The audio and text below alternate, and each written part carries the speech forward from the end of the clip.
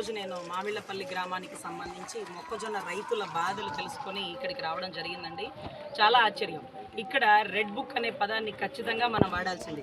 ఎందుకంటే రైతులు పాపం వాళ్ళ సరుకుని, అంటే మీకు తెలుసు సర్వసాధారణంగా ఎవరింట్లో వాళ్ళు అంగట్లో సరుకుని కాస్త ఎండబెట్టుకుంటారు, మంచి రేట్ వచ్చినప్పుడు దాన్ని సేల్ చేసుకుంటారు, లేదంటే ఇంట్లో ఎక్కడన్నా ఎలుకలు తినకుండా మళ్ళీ వాటిని జాగ్రత్త పరుచుకుంటారు. అలా కూడా అవకాశం లేని చిన్న చిన్న ఇళ్ళవాళ్ళు ఇక్కడ ఒక చిన్న గోడౌన్ లాంటిది కట్టుకొని, అది కూడా ట్రాక్టర్ డైరెక్ట్గా లోపలికి వెళ్ళిపోతుందన్న ఉద్దేశంతో ఇక్కడ ఒక 10 మందో 5-6 సంబంధించి కొన్ని బస్తాలు ఇక్కడ స్టోరేజ్ చేసుకున్నారండి. ఎందుకంటే మార్కెట్లు తెరవాల్సిన పరిస్థితుల్లో మార్కెట్లు తెరవట్ల.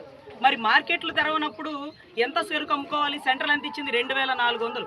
గత గవర్నమెంట్లో, జగన్ గారి గవర్నమెంట్లో 2400 కొన్న బస్తాని ఈ ట్రిప్ 2100కి కొన్నానని చెప్తున్నటువంటి ధూళిపాల నరేంద్ర గారు, రైతు బంధువు అయినటువంటి ఆయన, రైతు ఇంటి దగ్గర నుంచి సరుకు తీసుకొచ్చి ఆయనకు అమ్మినాడు 2100. రైతు ఇంటి దగ్గర నుంచి ఎంత ఖర్చు ఉంటుందండి? మొన్న మధ్య డీజిల్ పెట్రోల్ కూడా ఆపేసినారు పాపం ఆ టైంలో. లేకపోతే హమాలి ఎంత అవుతుంది, లేకపోతే చెక్ పోస్ట్ దగ్గర కట్టే సెస్ ఎంత అవుతుంది, లేకపోతే సరుకు ఎత్తడానికి దించడానికి ఎంత అవుతుందండి? వీటన్నిటికి కలుపుకొని బస్తాకి వాళ్ళకి గిట్టుబాటు అయింది 1700. గిట్టుబాటు అయితే ఎక్కువ అండి. సో 1700. అదే మార్కెట్కి ఇచ్చేస్తే 2400.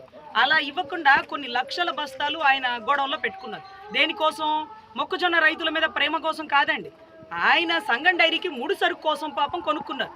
మరి ఆయన రైతు బంధువు ఎలా అయిపోయారో, ప్రతిజ్ఞ చేస్తూ ఆయన రైతు బంధువు అని ఎలా చెప్పించుకుంటున్నాడో. ఒక మంచి చేసి, అంటే కుడి చేతికి చేసిన మంచిని ఎడం చేతికి కూడా చెప్పుకోరు కదా. కానీ కళ్ళ ముందు ప్రతిజ్ఞ చేసి నేను రైతు బంధువునని చెప్పించుకోవడం, గ్రీన్ కలర్ కండువాలు కప్పించుకోవడం, అదొక దౌర్భాగ్యం. సరే పోనీలేండి, ఆయనంటే రైతు బంధువు అయ్యాడు ఆయన కోసం. మరి కుప్పం ఎమ్మెల్యే గారు, మంగళగిరి ఎమ్మెల్యే గారు, పిఠాపురం ఎమ్మెల్యే గారు, వీళ్ళందరూ ఎందుకు సరుకు కొనలా? అసలు మార్కెట్ సరుకు ఎందుకు తెరవలా? అంబటి మురళి గారు కలెక్టర్ ఆఫీస్ గేటు బయట ధర్నా పెడితే, మీ బోటి వాళ్ళు అందరూ కూర్చొని ధర్నా చేస్తే, అప్పుడు గౌరవ సీఎం గారు ఒక లెటర్ పైకి పెట్టినారు, మార్కెట్లో సరుకులు కొనట్లేదు, మీరు ఓపెన్ చేపిస్తారా ఏమన్నా అని. అంటే అంతకుముందు వరకు మీకు అక్కర్లేదా?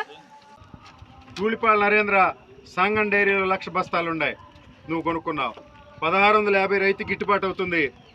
నీ బ్రోకర్కి 150 రూపాయలు 200 ఇస్తున్నావు. బస్తాలు కట్ చేసుకుంటున్నావు.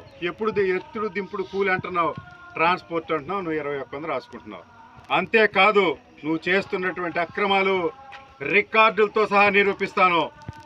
జగ్గైపేటలో గోడౌన్ ఉంది, సూర్యాపేటలో గోడౌన్ ఉంది. లక్షలాది బస్తాలు అక్కడ నిల్వ చేసి నీ మిత్రుడైన రేవంత్ రెడ్డి ప్రభుత్వంలో 2400 మద్దతు ధరకు పొన్నూరు నియోజకవర్గం ఆంధ్రప్రదేశ్ సంపద అంతా తెలంగాణకి నువ్వు అమ్ముకుంటున్నావు, కోట్లకు తీస్తున్నావు. నువ్వు దళారీ మాఫియాలకు గ్యాంగ్ లీడర్ నువ్వే నువ్వే నువ్వే. ఈ గ్రామంలో నువ్వు చిచ్చు పెట్టడానికి నువ్వు ప్రయత్నం చేస్తున్నావు. సరే, నువ్వు ఏదైనా అనుకోయా, భరిస్తా.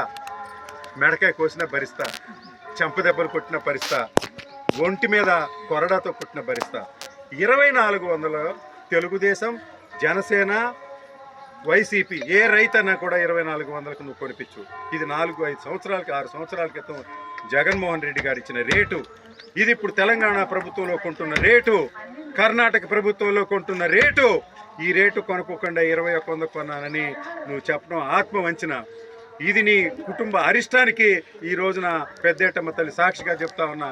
నువ్వు చేసినటువంటి అరాచకాలన్నీ కూడా ఇంకా ఇంకా ఇంకా పగలగొస్తాం. రేపటి నుంచి రాష్ట్రంలో ఉన్నటువంటి ప్రతి నాయకుడు ఈ గ్రామాన్ని సందర్శన చేసి ఈ విషయాలన్నీ నీకు వెలుగులోకి తీసుకొస్తారు.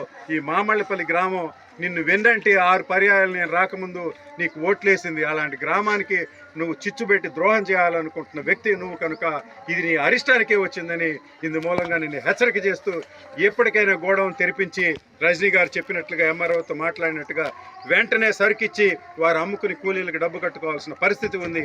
ఎస్సీ ఎస్టీ కేసు వెంటనే విత్డ్రా చేయకపోతే ఎంఆర్ఓ మీద ఆమెన్నట్టు ప్రైవేట్ కంప్లైంట్ ఇచ్చి వ్యక్తిగతంగా అధికారులను కూడా దీనిలో ఈ కేసుల్లో పెట్టే అవకాశాలు ఉన్నాయి.